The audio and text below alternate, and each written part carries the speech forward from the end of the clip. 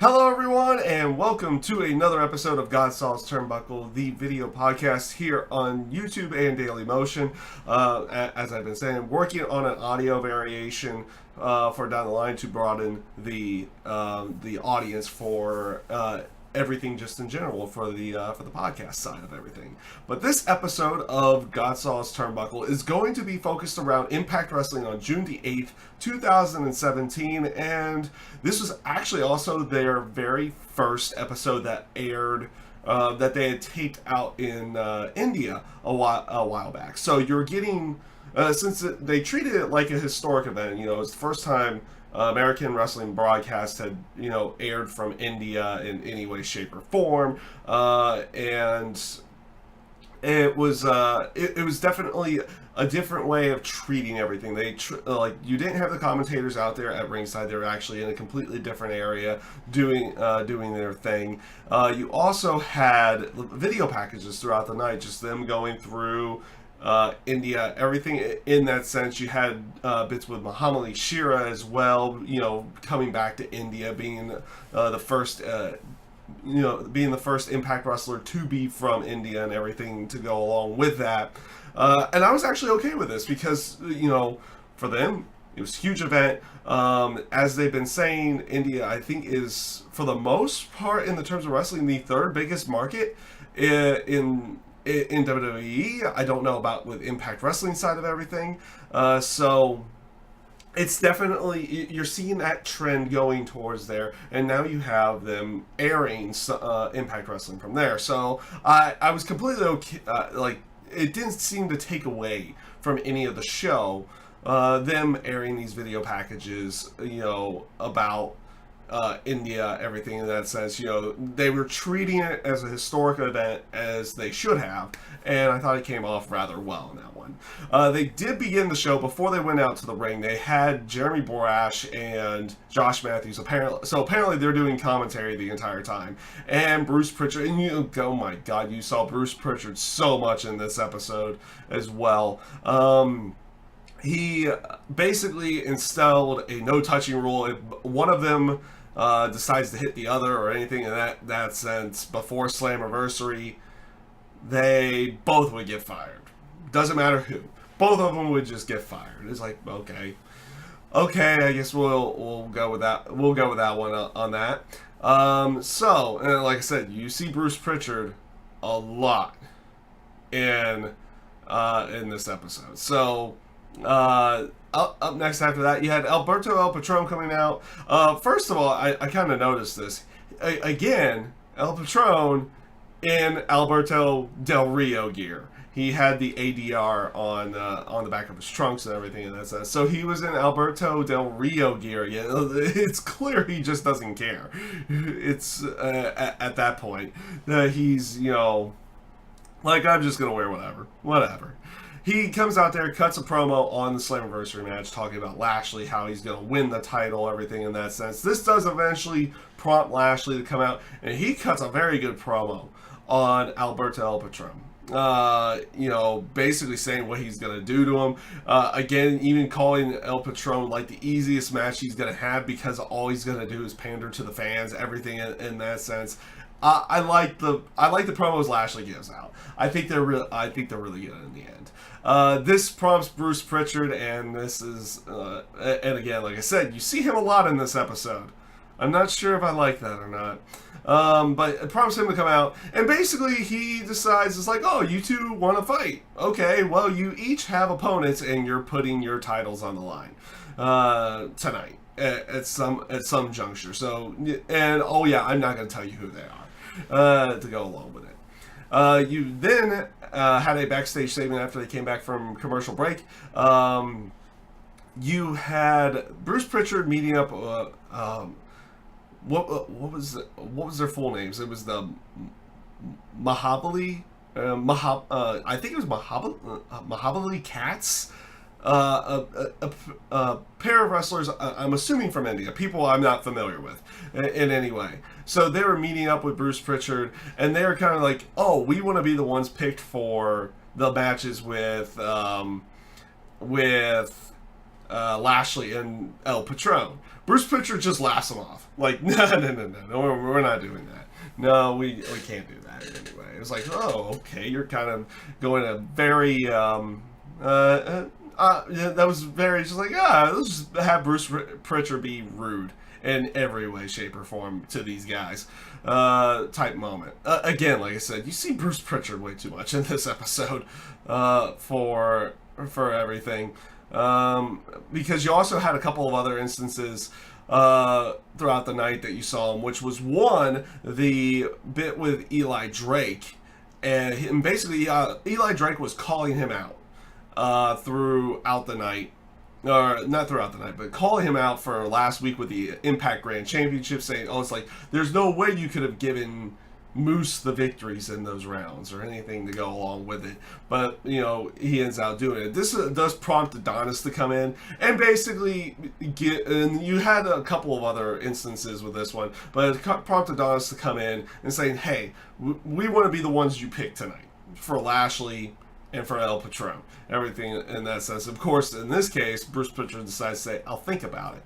And you also had a bit with KM, and he did the whole aspect of trying to force his way into being like a number one contender or something in that sense, even though he's not the number one contender.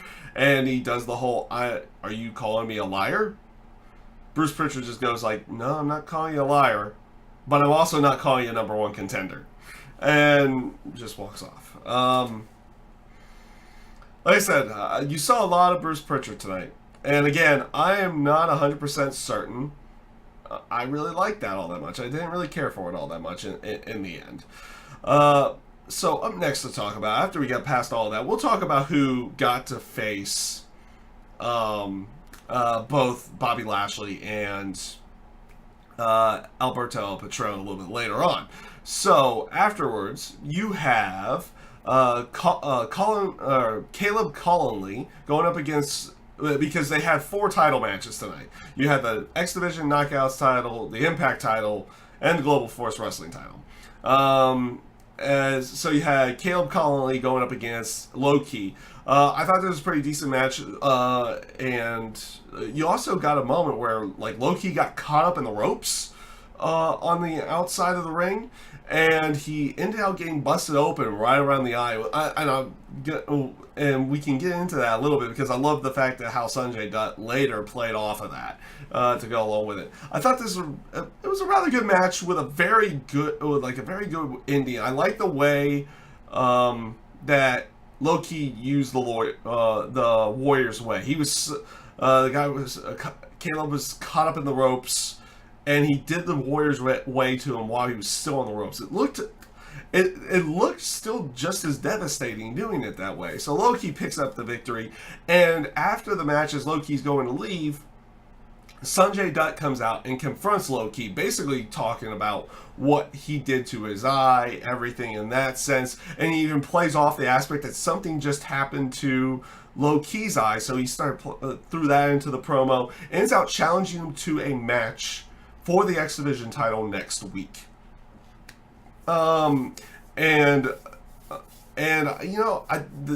actually did kind of like this one. He's still coming out there with the eye patch and everything in that sense. I don't know if he wears that for next week's match or anything. It was just that little detail that they still had the eye patch on him and everything to go along with it. I thought the segment after the match was pretty good. The promo Sanjay Dutt had cut was pretty good to go along with it. He mixed in some of I'm not sure which Indian language that was, but he mixed into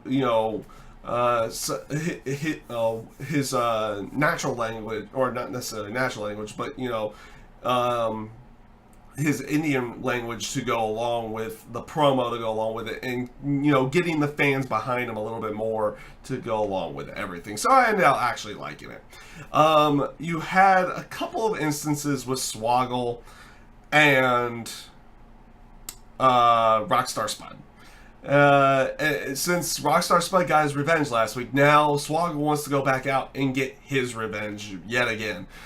So he sits there and talks to him about his kid and everything to go along with it. So later on in the night, you had Swoggle. This was just kind of random. Like after they teased the Hall of Fame, they're teasing the Hall of Fame again to be displayed at Slammiversary. And then right after that, Swoggle is just chasing Rockstar Spud around the arena. And Rockstar Spud eventually just gets away. So they're continuing on with that and everything in that sense. So let's see here. Next to talk about, you had Davey Richards going up against Victus Kumar. I'm a guy I'm not familiar with. I'm thinking local to India and Indian wrestling. Davey Richards kind of just goes over in a squash match on this one. And he's doing his bit where he's calling out Eddie Edwards. They're playing off that Eddie Edwards wasn't there that week to confront him after what had happened to his wife Alicia. I'm thinking Eddie Edwards did make the tapings in some way, so we'll probably see him at one of the other times. Afterwards, EC3, as Davey Richards was just leaving, EC3 comes out. And basically, and he brings out what initially was like, it looks like tape, but it ends up being a leather strap. And he starts like just strapping Victus Kumar in the ring, which does prompt James Storm to come out and make the save. He runs in, EC3 just dashes and runs away. And I guess not a bad way, just a subtle way of keeping the feud going, but not much really to it in any way, shape, or form. Up next, and I ended up actually enjoying these. You had two videos throughout the night, which with Jeremy Borash and Joseph Parks, and I actually ended up enjoying this. You kind of the first one had Joseph Park going to where Impact's offices are to meet up with him and try to get him to go train. So he pulls him out of the editing room and he was going to go force Jeremy Borash to train. The second one has him doing training, like a training montage. They have a bunch of like workouts and everything, and there's some decent stuff to go along with it. I thought it came off rather well, and it ended with them on a roof, and it was all Joseph Parks' way of like, you're gonna have to do some X Division style moves on Josh Matthews, so I'm getting you up here to get used to the heights. And he had him dive into a pool, try to do a dive into a pool and everything to go along with it. I thought this was some pretty good stuff. That was actually some entertaining stuff. I don't really care for the Jeremy Borash, Josh Matthews thing, but again, credit where credit's due. They did something that was relatively good and relatively entertaining to go along with it. But again, it's leading into a match with commentators. Oh my god. Whatever. On that one. So off to the final three. The last three portions of the show were very heavily focused around three matches. One, Bobby Lashley going up against his mystery opponent, which ended up being Moose. This was a good match. The two of them worked very well together, and I thought it just came off really good. There were like nothing fully memorable or anything in that sense. It was just a good, solid match. I think it even took about a good 20 minutes for them to get done with everything as well. They did really well in this match with both sides. Moose getting over himself. Lashley, of course, going over in the end with a spear. It came off really good with everything. I just enjoyed the match. Up next, you had Laurel Van Ness going up against Rosemary with the Knockouts title on the line. And they put on a decent match as well. Rosemary ends up picking up the victory with a roll-up. You had Sienna out there in the arena area along with Laurel Van Ness. Sienna attacks after the match, which prompts Allie to come out, and she comes out with a bunch of like sticks taped up together to use as a weapon. She attacks Sienna and Laurel Van Ness. They eventually gain control, but then Rosemary gains the weapon and ends out chasing off Sienna and Laurel Van Ness. And then she takes a look at Allie and gave that little demonic look that's like, oh, maybe I should just attack her with it. And then she kind of just takes the weapon, drops it in front of her, and gives her like a little bow. It's like a little thank you for helping her out in the end type way of going. Not a bad segment. Not a bad way of going. This is obviously leading to something with Sienna and Rosemary down the line.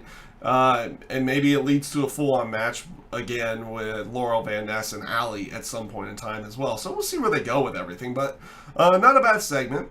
So this leads into the main event of the night, which ends out being Alberto El Patron and his mystery opponent ended up being Chris Adonis. Again, good match. I actually did enjoy this match. Alberto El Patron goes over in the end, and this, of course, after the match, it prompts Eli Drake to come in and attack Alberto El Patron after the match. Lashley comes out, and he's just looking on. I like that aspect that he comes out, and he's just like, I'm just going to sit here menacingly and just watch this happen with a smile on my face. It adds a little bit to the story. It's like, yeah, I could totally do something if I wanted to, but I don't want to type thing for Lashley, and it came off rather good. Moose does come out and makes the save, so they're going to continue on with this Chris Adonis and Eli Drake thing against Moose, and we'll see where they go with that as well. So overall, their first show from India was not a bad show. They jam-packed a lot in there to go along with everything. Like, there was a good chunk of stuff in there, and I thought it came off rather good. So we'll see how the other episodes go off. This one, like I said, wasn't too bad in everything. Again, I'm still not a big fan of the whole Global Force Wrestling titles being on the line, or really even being on the show. They just serve no point in any way. The only thing that they truly serve a point to is that maybe Jeff Jarrett doesn't have to say that the last 3 years have been a complete waste with the Global Force Wrestling thing, so they're still on the show and everything in that sense. I don't know. But with that being said, though, that's pretty much everything for you guys. So I hope you enjoyed this episode of GodSaw's Turnbuckle. I hope you guys have a great rest of your day. Peace out. Have a good one.